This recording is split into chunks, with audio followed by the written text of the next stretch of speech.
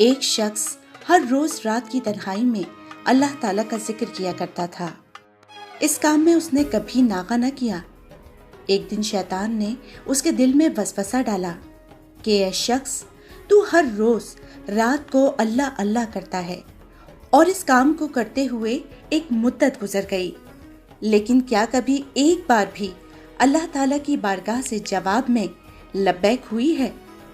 تو کس عاجزی اور انکساری سے اللہ کی ضربیں لگاتا ہے، لیکن بارگاہ خداوندی سے تجھے ایک جواب تک نہ آیا۔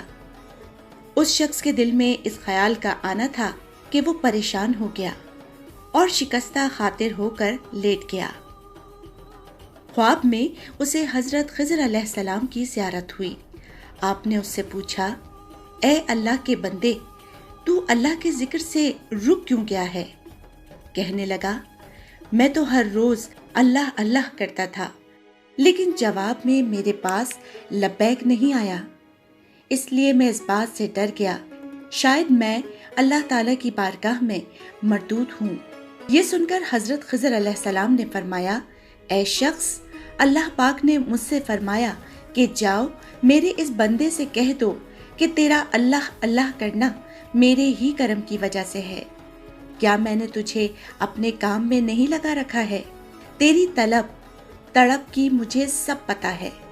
میں تجھے بھولا نہیں ہوں، نہ ہی میں نے تجھے نظر انداز کیا ہے۔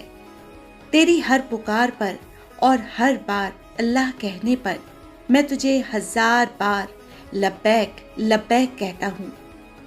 تجھے یہ سوچ، یہ عمل، یہ طلب میں نے ہی دی ہے، اور میں نے ہی تجھے اس کام پر لگایا ہے، اور اصل میں تجھ سے زیادہ مجھے ہی تیرا اشتیاق اور شوق ہے۔ اس شخص نے یہ خواب دیکھا تو ہڑبڑا کر اٹھ بیٹھا اور فوراً صدق دل سے تائب ہوا، اور پھر دوبارہ اللہ تعالیٰ کے ذکر میں مشغول ہو گیا۔